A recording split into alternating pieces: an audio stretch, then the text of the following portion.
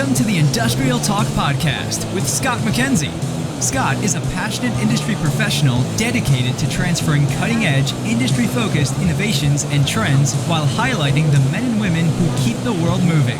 So put on your hard hat, grab your work boots, and let's go. All right, once again, thank you very much for joining Industrial Talk, the #1 industrial-related podcast in the universe that celebrates industry professionals all around the world. You are bold. You are brave. You dare greatly.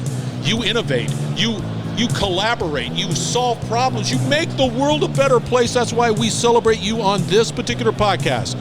And you might hear the buzz in the background. We are on site, IoT Solutions World Congress. This is in Barcelona, Spain, and you need to definitely put this on your calendar to attend. If you're not here, you're missing out.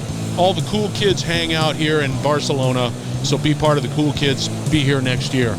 All right, as I said, we have cool kids hanging out. And the one in the hot seat, his name is Thomas. How do I say your last name, Thomas? De Laar. So De Laar. Actually, it's the name of my wife. I took over the name. It's a cool last name. All right. Seekink is the name of the company. That's Seekink. Yes. And make a note of that. But it'll all be out on industrialtalk.com. Let's get cracking. That's pretty cool. De Laar. Thomas de Laar. I can say that. Very good. You having a good conference? Yes. It's so very, very nice people here, so good booths, good customers, great show. So you got a lot of customers here? Yeah, so actually, some of our customers are here, and so we are presenting our technology, of course, but there are a lot of customers using our e-paper displays for their application, yes. See, this is just a whole new area for me. I just take it for granted. I just do. So with that said, before we get into that conversation, can you sort of give us a little background on who Thomas is? Oh, Thomas. So Thomas is 58 years old already. So I have some. You look freaking great, man. So I have a lot of experience in semiconductor film. Let's say in the middle of my life, I changed to the display world. So first I was promoting TFT technology also for a Chinese company, but then I changed again to the e-paper display technology, and now I'm working for Seekink, and so we are located in Düsseldorf, and we are the European window for Seekink. Okay, let's get into Seekink. Yes. Just as simply as you possibly can, because we just had another conversation about e-ink and what that means. Take us through what Seekink does. Okay, so in simple words, yeah, because I'm a simple guy. So what Seekink is doing is, so we are taking the e-ink film technology. So that means we are taking the film and we are manufacturing e-paper display. So that means we have to add certain things like the backplane, like the FPC, like the IC controlling this display. And in the end, you have a display which you can run with your application. Has the cost of being able to provide these solutions, the technology, has it steadily been going down? Or Yes, it's going down, but still, so we are, of course, you can imagine we are somehow very often in competition with the standard display technology such as LCD, TFT. So that means this is really a challenge for us. So we still have to bring the cost down so that we are competitive to this technology. But it's heading in that direction. Yes, I mean, definitely. It just seems that the value of being able to achieve what you're doing makes sense. Absolutely, yes. Why is it beneficial? Why is it important? It's important because this display technology has a lot of benefit for customers who are looking for energy saving or being a more environmental company. So in the end, so this technology requires almost zero power. So that means you can run this display with almost zero power. You just need a little bit power to change the content. So this is the first advantage. The second advantage is if you're going around in every day, so you see a lot of signs and made out of paper. So obviously, if you're replacing all this stuff, you can save a lot of trees. And actually, you see right now, so there are a lot of activities, young people going on the street. So being environmental is a very hot topic right now. And actually, so this display technology is going right into this direction. In the world of, let's say, merchandising and signage, is it difficult to sort of transition companies into that type of technology to where you're using that signage? I'm a paper person.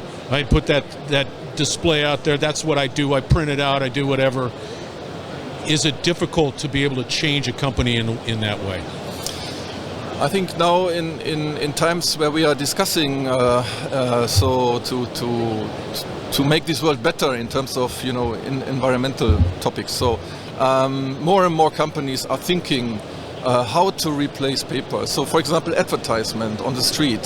So you're using tons of paper and it's not so easy to change the content because people have to go out, have to change the advertisement and so on. Now using an e-paper display module, make it very easy to change the content because you have, for example, an interface, let's say like a mobile phone network. You can just send the data via this network and change the content, and you don't need to send anyone out there. And also, you are saving tons of paper and power. Yes. How is there any size limitation? So if you have a display outside, let's say you have an advertisement outside, you see a billboard, it's a big billboard. Is there any limitation associated with that technology? Can that be converted into an e-sign, e-paper sign? Yes. So right now, so we have already 42-inch size e-paper module in mass production. We are now thinking of releasing a 65-inch. So in terms of size, I think there is no limit. And what you also can do, you can put many modules side by side and make a big screen out of it. And that gives you scalability, right. and be able to sort of link it in such a way that it makes sense, that it communicates what is necessary to be communicated. Right. So with that said, so what are some of the things that you see that are going to impact the market? Give us your future view of what's taking place. You got all this IoT stuff out here. You got all of this. Tell us a little bit about that. Yeah, you can see it. Also, there's a big change going on in the display industry. Let's say, so many new applications are now popping up. They are all interested now in using e-paper. So we are talking about smart city. We are talking about smart retail. We are talking about wearables. And even we are talking now to customers in the fashion industry who wants to use the e-paper technology and integrate e-paper into their clothes, in caps, in shoes. And this is a kind of communication tool, let's say. Yeah, like young people are using the internet, like Instagram and co, to talk to each other. You can use it as well in your fashion to give a kind of message to other people. Look, how does you piqued an interest, because I think we have some companies that are invested into smart cities. What does that mean? Smart city. So think about, for example, bus stations. You can be somewhere in the desert, and for example, there's a bus stop, and you don't have any power, nothing. So you can simply use a solar panel. Put a e-paper display module, 42-inch.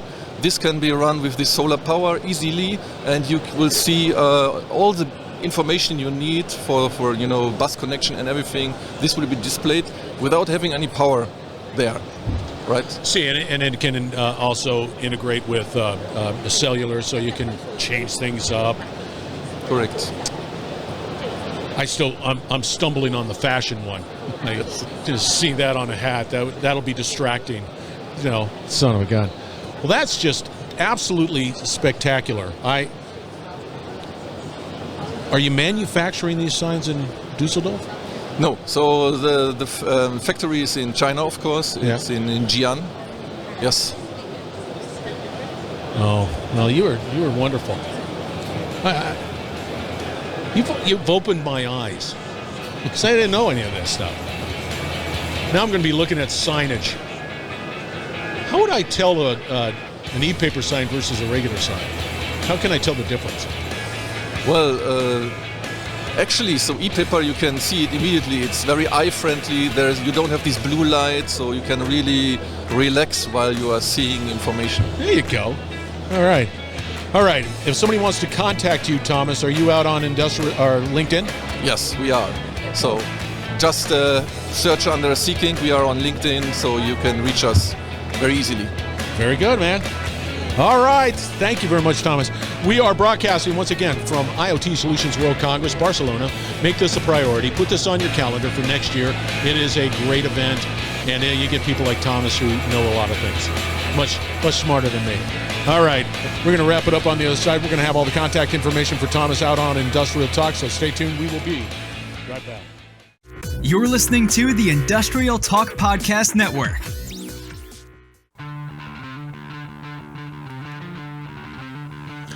All right. Thomas is his name.